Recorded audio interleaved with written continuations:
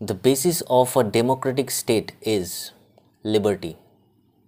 এটা কেন বলছি একটু পরেই আসছি এই কথাটায়, কিন্তু তার আগে একটা কোচি মামুনিকে খুঁজে পেয়েছি অনলাইনে। চলো তাকে একবার দেখে নিই। হ্যালো গাইস, এই দেখো আমার বয়ফ্রেন্ড। আমি অনেকদিন পরে আমার বয়ফ্রেন্ডকে খুঁজে পেয়েছি। তোমরা ভালো করে দেখো, এটাই হলো আমার বয়ফ্রেন্ড। এই কোচি মামুনিটার একটা বদ অভ্যাস লেগেছে। এ মানুষদের সাথে সম্পর্ক করে না, জন্তু জানোয়ারদের সাথে সম্পর্ক করে। এটাই তার ভালো লাগে। ঠিক আছে, বয়ফ্রেন্ড শুয়োর হতেই পারে। আশা করি বিয়ের পর শুয়োরের বাচ্চাটা ভালো দেখতে হবে। হ্যালো গাইস, অনেকদিন পরে আমার এক্সকে আমি দেখতে পেলাম। এই দেখো আমার এক্স। হাই এক্স, কেমন আছো? বোঝে ঠেলা, বাদরের সাথে বাদরামি হচ্ছে। একটা ঘুরিয়ে চড় মারবে। এক্স কেন, A to Z সব ভুলে যাবে। হ্যালো গাইস, এই দেখো আমার হবু বর। এই দেখো আমার বরটা কত সুন্দর, পুরো আমাকে দেখছো কত আদর করে, পুরো দুষ্টু ভীষণ আমার বরটা। দেখেছো, বললাম না এই মানুষদের সাথে সম্পর্ক করবে না, সব জন্তুদের সাথে। আর মেয়েটা দেখছি একদম লয়াল নয়। বাদর, শুয়োর এদেরকে ছেড়ে শেষ পর্যন্ত তুই ছাগলকে বিয়ে করলি। ছাগল, কি বলবো। বলো তো এইটা কি? এইটা হলো কলা। আমাদের এখানে এটাকে কলা বলে। আর আমার কলা খেতে খুব সুন্দর লাগে। দেখো কলাটা কত সুন্দর, তাই না গাইস? পুরো ওয়াও। ও, এত বড় কলা পছন্দ তোমার? তাই ভাবছি জন্তুদের পাল্লায় কেন পড়েছ। গাইস, আমি বাঙালি, আমার বাংলা গান শুনতে অনেক ভালো লাগে, কিন্তু একটা গান আছে, এই গানটার মানে আমি আজ অব্দি বুঝতে পারলাম না।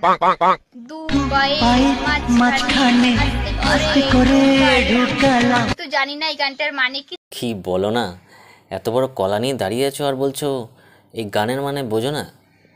তোমার সেন্স অফ হিউমারটা কিন্তু দারুণ। দেখো, যাই হোক, জোকস পার্ট, মিথ্যে কথা বলবো না। এর ভিডিও দেখতে বেশ মজাই লাগে।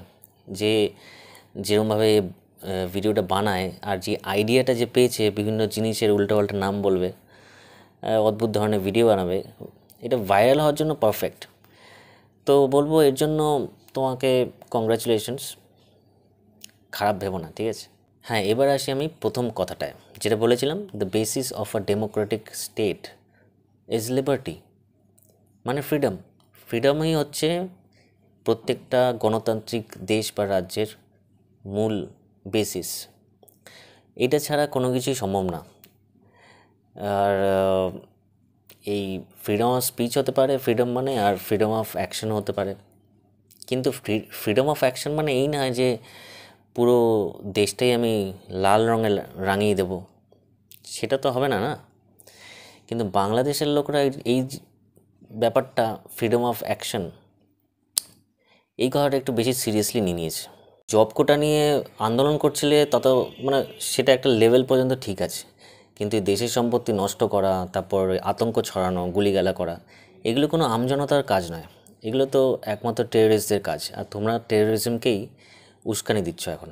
অসহায় মানুষ যদি বাংলায় দরজা খটখটানি করে, আমরা তাদের আশ্রয় নিশ্চয়ই দেব।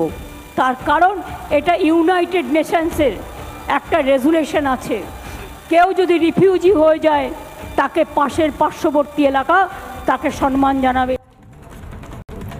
মমতা বন্দ্যোপাধ্যায় রিফিউজিদের আশ্রয় দেওয়ার কে? মমতা বন্দ্যোপাধ্যায় কি মাননীয় প্রধানমন্ত্রী? মমতা বন্দ্যোপাধ্যায় কি বিদেশমন্ত্রী? মমতা বন্দ্যোপাধ্যায় কি রাষ্ট্রসংঘে ভারতের প্রতিনিধি? মমতা বন্দ্যোপাধ্যায় কিভাবে সিদ্ধান্ত নিয়ে ফেলছেন? হ্যাঁ, তার উপর আবার এই নিউজটা দেখে আমার একটু বিরক্তি লেগেছে। এটা কেমন তোর কথা? তুমি কোথাকার কে?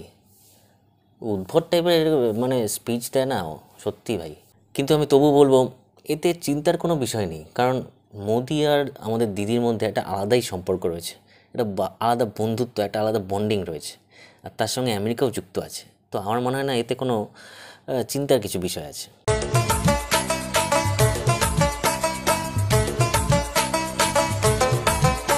मोर 18 साल होई गेलक रे, मोर 18 साल होई गेलक रे, हे दादा हे बाबा। দেখেছো, বললাম না, তালে তাল মিলিয়ে কি দেখো কি সুন্দর সব নাচ গানা করছে। তো চিন্তার কোনো বিষয় নেই, জাস্ট রিল্যাক্স, ঠিক আছে? বড় বড় বাতেলা তো অনেকেই বলে, কিন্তু কাজের নামে অষ্টরম্ভা। দেখো, যা বলার বলে দিয়েছি। পলিটিক্স নিয়ে আমি বেশি ভাটাতে পছন্দ করি না, যে বুদ্ধিমান সে বুঝে যাবে। আর বেশি ওই আরেকটা কথা বলে দিই, সোশ্যাল মিডিয়াতে অনেক প্রভোকেটিভ নিউজ ছড়াচ্ছে আমাদের ইন্ডিয়ানদের উস্কানি দেওয়ার জন্য, যাতে এখানে একটু অশান্তি হয়। তো যা খুশি ক্লিপিংস বা ভিডিও বা ফটো দেখলে বিশ্বাস করো না, ঠিক আছে?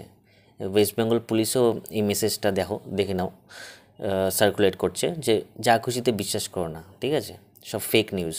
আর যেটা বলছিলাম, যেটা আমি সাধারণত পলিটিক্স থেকে দূরেই থাকতে পছন্দ করি, তাই জন্য এই সুন্দর সুন্দর ভিডিওগুলো দেখি যেগুলো নিয়ে সাধারণত আমি ভিডিও বানাই। তো সেই জন্য আমি এই মামুনিকে খুঁজে পেয়েছি, এই মামুনিকে তোমাদের কাছে দেখালাম। আমার মেন কনসার্ন হচ্ছে এই মামুনি। সো হেই গাইস, আমি চলে এসেছি প্রশান্ত মহাসাগর। আর প্রশান্ত মহাসাগরে আসার ক্ষমতা কারুর নেই।